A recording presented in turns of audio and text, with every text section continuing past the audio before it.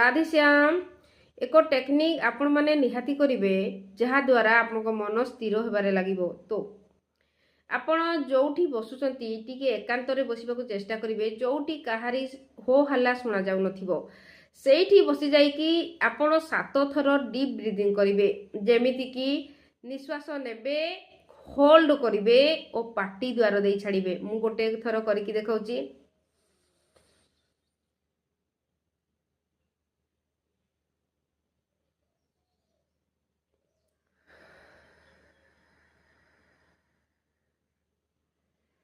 माने निश्वास नेबे, किछि समय होल्ड करिवे जेतिकी संभाली परिबे और पाटी द्वार देई छाड़िबे।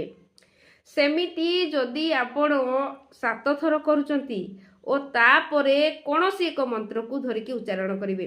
धरा जाऊ ओम हेई पारे, आउ कोनोसी एक उच्चारण जदि आउ कोनोसी मंत्र को धरुचंती धरि पारिबे, किंतु ओम करिले बेस्ट हबो।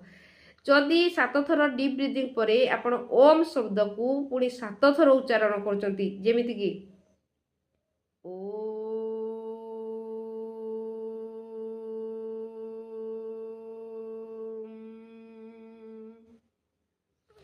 एई प्रकार 7 थर आपण जेतिकी लंबा रखी पारिबे आपनको अनुसार सेमिति 7 थर जेते बेले करिवारे लागिबे, देखिबे आपनको मन स्थिर होबारे लागिबो, आपनको मन बहुत शांत रहिबारे लागिबो।